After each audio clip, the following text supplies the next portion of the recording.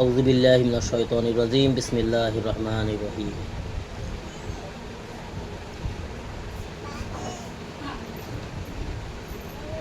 আমাদেরকে আল্লাহ সুবহানাহু ওয়া তাআলা অতি অল্প সময়ের জন্য দুনিয়ায় পাঠিয়েছেন একটা বড় একটা উদ্দেশ্য নিয়ে আল্লাহ দুনিয়ায় আমাদের পাঠিয়েছে।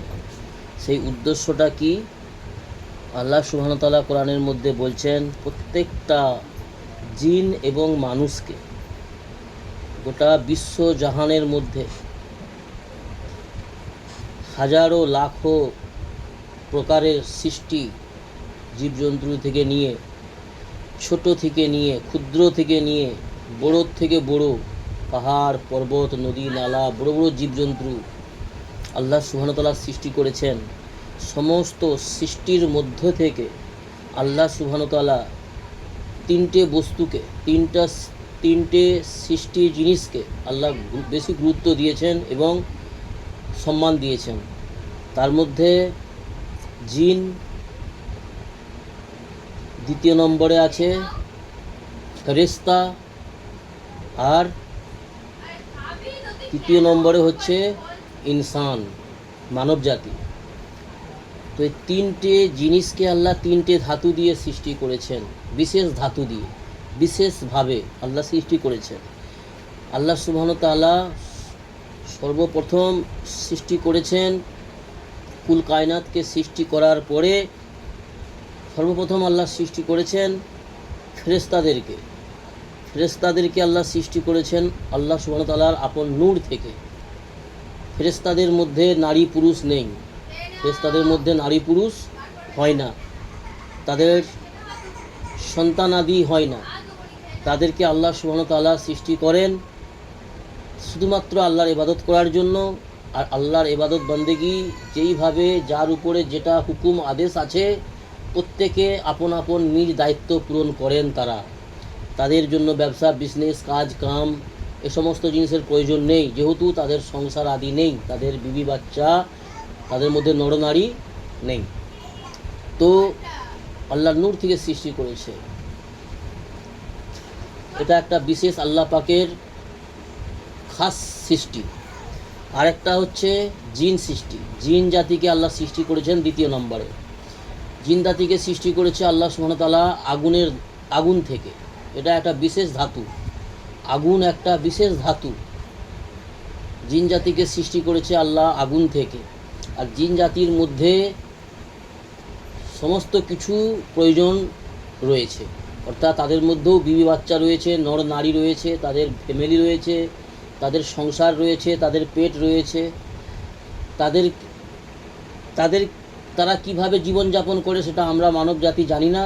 আল্লাহ সুবহানাহু ওয়া তাআলা যতটা আমাদের কোরআনের মাধ্যমে জানিয়েছেন এবং রাসূল সাল্লাল্লাহু আলাইহি ওয়াসাল্লাম হাদিসের মাধ্যমে আমাদেরকে জানিয়েছেন, ততটা আমরা মানব জাতি জানি, কেউ কম কেউ বেশি। তো সেই হিসাবে আমরা সেই ব্যাপারে আমরা বলতে পারি। সেহেতু তারা আমাদের এই সমাজেই রয়েছে, এই দুনিয়ার মধ্যেই রয়েছেন, করোড়ো যত মানুষ রয়েছেন তার থেকে বেশি হতে পারে জিন রয়েছে। জিনেদের মধ্যেও নেককার রয়েছেন, বদকার রয়েছেন। জিনেদের মধ্যেও ফরমাবরদার, আল্লাহর ইবাদত করেন, আল্লাহর গোলামি করেন, রাসূলুল্লাহ সাল্লাল্লাহু আলাইহি ওয়াসাল্লামের ইতাআত করেন। তাদেরও নবী হচ্ছেন মুহাম্মদ সাল্লাল্লাহু আলাইহি ওয়াসাল্লাম। আজকের দিনে সমস্ত সৃষ্টির জন্য রহমাতুল লিল আলামিন নবী রসুল বানিয়ে পাঠিয়েছেন আল্লাহ হজরত মুহাম্মদুর রাসূলুল্লাহ সাল্লাল্লাহু আলাইহি ওয়াসাল্লামকে, আখির নবী, শ্রেষ্ঠ নবী। তো সেহেতু আমাদেরও নবী মুহাম্মদুর রাসূলুল্লাহ সাল্লাল্লাহু আলাইহি ওয়াসাল্লাম।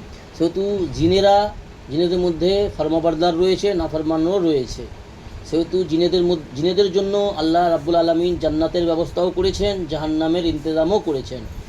তো দুইটি প্রজাতি আর মানব জাতি, আমরা ইনসান মানব জাতি, আমাদেরকে আল্লাহ রাব্বুল আলামিন এই সমস্ত সৃষ্টির মধ্যে থেকে শ্রেষ্ঠত্ব দান করেছেন। ফেরেশতাদের থেকেও এবং জিনেদের থেকেও শ্রেষ্ঠত্ব দান করেছেন, সম্মান দিয়েছেন এই মানব জাতিকে, ইনসানকে। তো এই মানব জাতির মধ্যে কিছু মানব সন্তান, কিছু আদম সন্তান শ্রেষ্ঠ সম্মান পাবেন, সফল হবেন, কামিয়াব হবেন, জান্নাতি হবেন। আবার এই মানব জাতির মধ্যে থেকেই, এই আদম সন্তান থেকেই, আদমের নসল থেকেই, আমাদেরই মধ্য থেকে কিছু মানুষ নাফরমান হবেন, জালিম হবেন, যারা জাহান্নামী হবেন চিরতরে, এবং যারা অভিশপ্ত হবে, তারা নিকৃষ্ট সাব্যস্ত হবে। তো তারা হচ্ছেন আল্লাহর নাফরমান, যারা কাফির, মুশরিক, মুনাফিক, এবং যারা অপরাধী, এক কথায় যারা আল্লাহর সঙ্গে বাগাবাত করে, আল্লাহর সঙ্গে টকরাও করে, আল্লাহর উপরে শক করে, সন্দেহ করে, এবং নিজের নফসের উপর জুলুম করে, আল্লাহর নাফরমানি করে, নিজের নফসের উপর জুলুম করে, এমন মানুষরা নিকৃষ্ট সাব্যস্ত হবে। অর্থাৎ মানব জাতিকে আল্লাহ শ্রেষ্ঠ বলেছেন, সেহেতু আমাদের শ্রেষ্ঠ হওয়ার জন্য, শ্রেষ্ঠত্ব সাবিত করার জন্য আল্লাহ সুবহানাহু ওয়া তাআলা আমাদেরকে কিছু শ্রেষ্ঠত্ব কাজ দিয়েছেন, যেই কাজগুলি কোনো কষ্টদায়ক নয়, কোনো কষ্টদায়ক নয়, কোনো কঠিন নয়, কিন্তু অতি সহজ কাজ। কিন্তু আমরা সংসারের ঝামেলায় পড়ে, দুনিয়ার মোহ মায়াতে পড়ে, দুনিয়ার লোভ লালসায় পড়ে, দুনিয়াবি মহব্বতে পড়ে, খায়ালে পড়ে, সন্তান আদিদের মহব্বতে পড়ে, নিজ সন্তান, নাতিপুতি, ব্যবসা, বিজনেস, অর্থ সম্পদ, ধন দৌলত, এই সমস্তর মোহ মায়াতে পড়ে আমরা আল্লাহর থেকে কেটে যাই, সরে যাই, আর আমাদেরকে শয়তান গ্রাস করে। অর্থাৎ ইবলিস ছিলেন একজন জিনের বাচ্চা। আর আল্লাহ সুবহানাহু ওয়া তাআলা বলেছেন, এই সমাজে কিছু জিন রূপে শয়তান আছে, আবার কিছু মানুষ রূপে শয়তান রয়েছে, যাদের কাজ কর্মগুলো নোংরা হয়, যারা আল্লাহর থেকে দূরে থাকে, আল্লাহর নাফরমানি করে, এবং সাধারণ মানুষকে, সাধারণ ভোলা ভাটকা মানুষকে তারা গুমরাহ করে, বিভ্রান্ত করে, ভুল বুঝায়, তাদেরকে পথভ্রষ্ট করে, আল্লাহর থেকে সরিয়ে দেওয়ার চেষ্টা করে, দ্বীন ইসলামের পথ থেকে সরিয়ে তাদেরকে জাহান্নামে নিয়ে যেতে চায়। যে সমস্ত শয়তানরা সমাজে রয়েছে, জিন রূপে এবং মানুষ রূপে, আল্লাহ কোরআনের মধ্যে বলেছেন, তারা নিজেরাও জাহান্নামী হবে, এবং তারা চায় তাদের সঙ্গপঙ্গ বেশি হোক, তাদের সঙ্গপঙ্গ বেশি হোক, তাদের দল বেশি হোক, জাহান্নামী দল। সেহেতু তারা মেহনত করছে, তারা দিন রাত 24 ঘন্টায় মেহনত করছে। জি, তাদেরকে চিনবেন কিভাবে? যে সমস্ত তোমার আপনজন, আত্মীয়র মধ্যে হতে পারে, তোমার ফ্যামিলির মধ্যে হতে পারে, তোমার নিজের লোক হতে পারে, একেবারে কাছের লোক। দেখবে যারা আল্লাহর নাফরমানি করে, আল্লাহর ইবাদত বান্দাগি করে না, এবং মুহাম্মদ সাল্লাল্লাহু আলাইহি ওয়াসাল্লামের সুন্নতের খেলাফ জীবনযাপন করে, আর তোমাদেরকেও ভুল বুঝাচ্ছে, ভুল পথে ডাকছে, আল্লাহর পথে যাওয়া থেকে বিরত রাখছে, এবং নেশার দিকে ডাকছে, জুয়ার দিকে ডাকছে, যেদিকে নোংরা পথ, যেদিকে আল্লাহর নাফরমানি, শয়তানের পথে তারা আহ্বান করে, তোমার বন্ধুরূপেও যদি হয়, তাদের থেকে সতর্ক থাকতে হবে, তাদের থেকে বেঁচে থাকতে হবে। তবেই তুমি হতে পারবে উৎকৃষ্ট একজন মানব, অর্থাৎ আল্লাহর প্রিয় বান্দি। তবেই তুমি জান্নাতের হকদার হবে, আল্লাহ পাকের নেক ফরমাবরদার বান্দিদের মধ্যে গণ্য হবে। সেহেতু আমাদেরকে চেষ্টা করার জন্য আল্লাহ পাক